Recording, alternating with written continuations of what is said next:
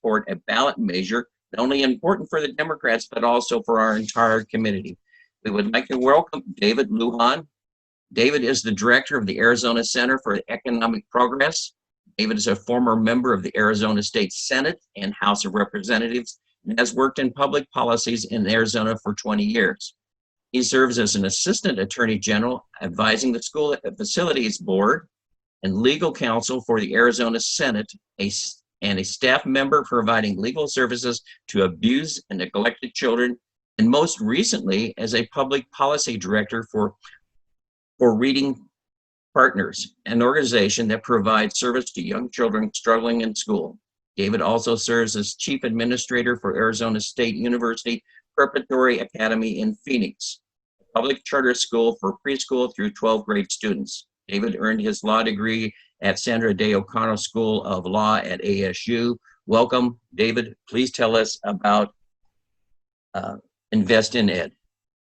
Thanks. Thank you, George. I appreciate the opportunity, and hello, everyone. So great news this week. We are officially on the ballot. The Secretary of State yesterday officially certified us. So the Invest in Education initiative will be known as Proposition 208. So yes on 208 is the new slogan. And we are so excited. As you know, in 2018, we were hoping to be on the ballot with a similar measure, and the Supreme Court removed us. And this year we were determined to do it again, especially in light of the fact that the legislature has year after year failed to address our public education funding crisis. And so we said in 2018 that when we were removed from the ballot, if the legislature failed to act, that we would be back, and we were. We didn't know it was going to be even harder than it was in 2018. We officially launched the ballot initiative on February 14th and began collecting signatures. We needed to get 235,000 valid signatures to get on the ballot. And then about 3 weeks after we started collecting signatures, the stay-at-home orders and shutdown started to go in effect because of the COVID pandemic. And really, I think, kind of threw questions whether we were ever going to be able to meet our signature goal. But we persevered and we stuck to it. We got very creative in how we went out and collected signatures and did it in a very safe way, with people wearing masks and socially distanced and a lot of different ways to get signatures. It took a lot more effort, but we ended up turning in more than 435,000 signatures, well above what was needed. But then we faced the court challenges, which we knew were going to be coming from our opposition. And we ended up losing at the lower court level, and were removed temporarily from the ballot. And I think most people thought that that was the end. And once again, just like 2018, our efforts had fallen short. But then, I think a lot of us were still cautiously optimistic because we felt that this was a much different structured initiative, that we had really followed what the Supreme Court told us to do in 2018, and we were very confident of that. And I think that was affirmed this week when a very, very conservative Supreme Court, a Supreme Court where 5 of the 7 justices were appointed by Governor Ducey, that Supreme Court unanimously overturned the lower court ruling and allowed us to be back on the ballot. And so we're very excited. We think that this is a huge win for Arizona voters who are now in November going to get the opportunity to vote to put millions of new dollars every year into Arizona's public schools. It's a win for Arizona students. It's a win for Arizona teachers and parents, because what this will do is we'll give about $940 million each year to Arizona's public schools. The money will go to increasing salaries of teachers, teacher support staff like school counselors, school nurses, bus drivers, library aides, classroom aides, basically all of the support staff except for administrators. This will not go to administrative costs at all. This is just teachers and support staff in the schools. And it'll also go to hiring more teachers and more support staff so that we can reduce class sizes. So this is like I said, I think it's just a huge win for Arizona voters to be able to vote on this, because I think we all know why this is so important and why it's necessary. Arizona right now is 48th in the country in per pupil funding. We just recently started this school year. Arizona schools are starting this school year with less funding than they did a decade ago, and actually less funding than 2 decades ago. Our schools have the largest class sizes, some of the largest class sizes in the nation. We are in the bottom 5 for largest class sizes. And as you know, we are facing one of the worst teacher shortage crisis in the nation. And that was even before the COVID pandemic began. And what we're seeing is that that's only getting worse with the COVID pandemic, with many teachers saying that the low pay and the threats to their health, it's just not worth it to them. And many are deciding to retire. And so the teacher shortage is getting worse. And so we feel that this measure could not be coming at a better time.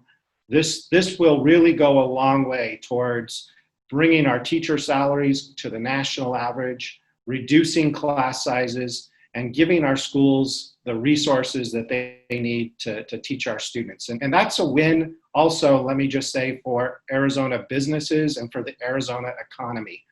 Because one of the best things you can do to create a skilled workforce, to attract businesses to Arizona, to attract jobs to Arizona, is to invest in your public education system. So we think that this is will be a huge win for Arizona businesses and economy if this passes.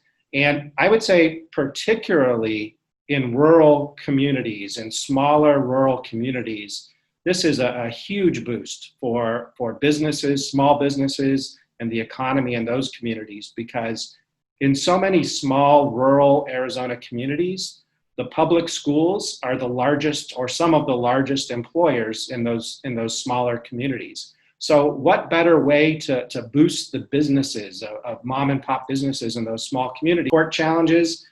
Now comes even the harder lift, and that is making sure that we are convincing all Arizona voters to go out and support Proposition 208, support Invest in Education initiative.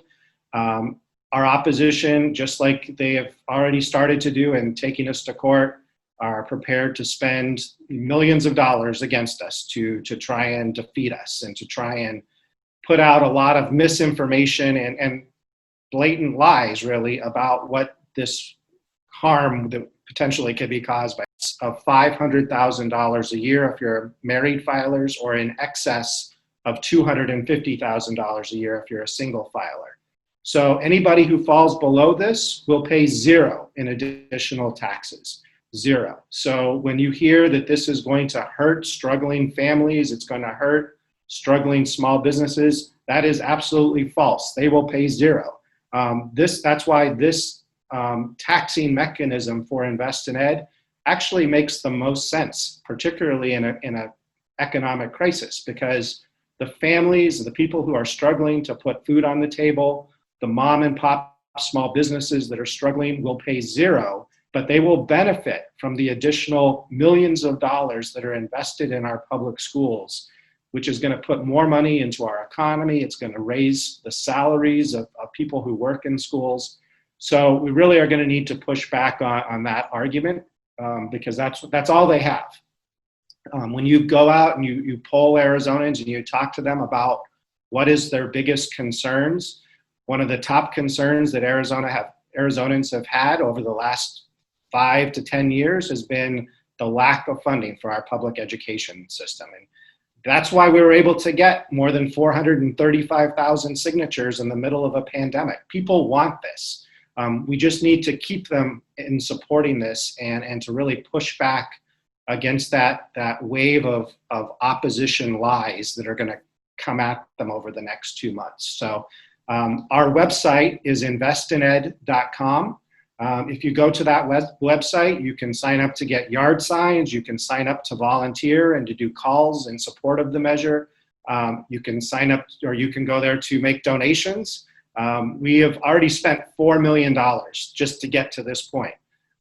We had hoped to spend only $1 million at this point, but it took another $3 million to get the signatures in the middle of a pandemic. And also, we had a very lengthy and expensive legal fight to get to this part. To overcome the legal challenges was very increasing teacher salaries and certified staff.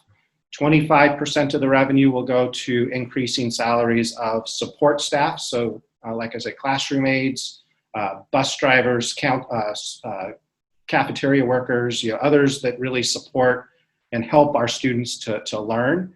10% will go to teacher mentoring. As I mentioned, we are in the midst of one of the worst teacher shortage crisis in the country.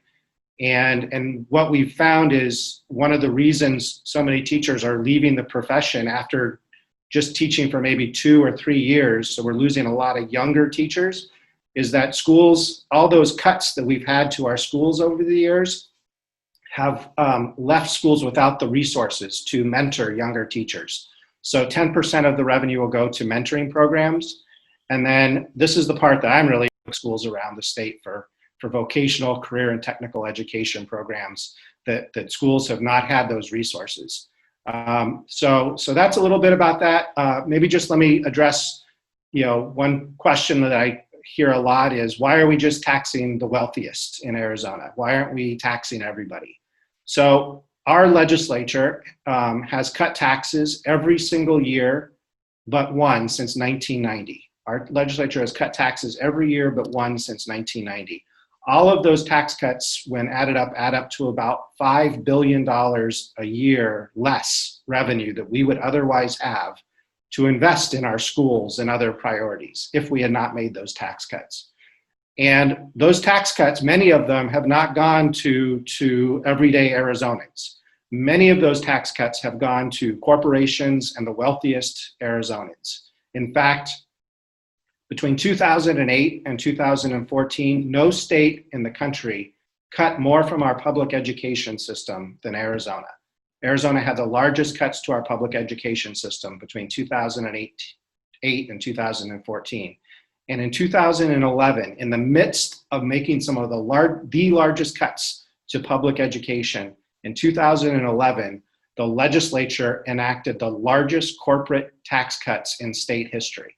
So our schools were bleeding, and the legislature cut taxes for corporations, and they also passed huge capital gains tax cuts, which went to the top 1%, the ones who we would raise the surcharge on if Invest in Ed passes. So, and the top 1% in Arizona, the top 1% of wealthiest Arizonans, they are also the ones who benefited the most from the federal Trump tax cuts in 2017. So even with Invest in Ed passing, the top 1% wealthiest Arizonans are still going to be paying less in taxes after classes for every grade, the right class sizes. So anytime you can get more resources, it's going to take the burden off of our schools in other areas. And I think that's going to help tremendously. I would also say too, though, that this election is now, I think, for Arizonans, going to be very much an education election with Proposition 208, Invest in Ed on the ballot. But there's another really key thing that is very important for public education going forward, and that is electing legislators who are champions of public education. That is going to be so critical for us going forward. And so this election, it'll be so great if we can pass Prop 208, but that's only one piece of this. We also need to make sure that we are electing legislators who are going to be champions of public education, because we need to make sure that we have a legislature. Yes. Support candidates that support Invest in Ed. Thank you for joining us today. Please join us again on September the 12th at 3 p.m. when the League of Women Voters will present all Arizona ballot measures for the election on November the 3rd. Please visit our headquarters for Biden and Harris yard signs and bumper stickers. Be safe and patriotic by wearing a mask for yourself and others. This has been George McGaffey, the Vice President of Programs at the Democratic Club of the Santa Rita area. Thank you for joining us.